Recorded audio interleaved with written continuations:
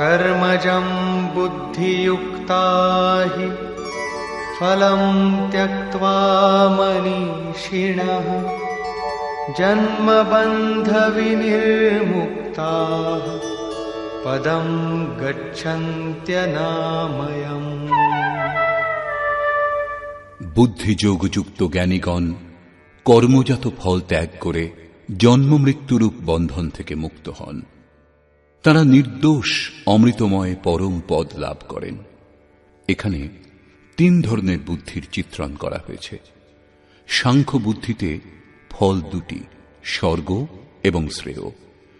কর্মযোগে প্রবৃত্ত বুদ্ধির ফল একটাই, জন্ম মৃত্যু থেকে মুক্তি, নির্মল অবিনাশী পদলাভ। 2টি হল যোগক্রিয়া।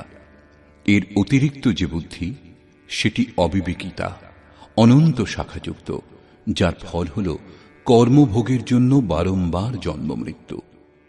অর্জুনের দৃষ্টি ত্রিলোকের সাম্রাজ্য এবং দেবগণের অধিপতি পদ পর্যন্ত সীমিত ছিল। এতটা লাভের জন্যও তিনি যুদ্ধে প্রবৃত্ত হচ্ছিলেন না।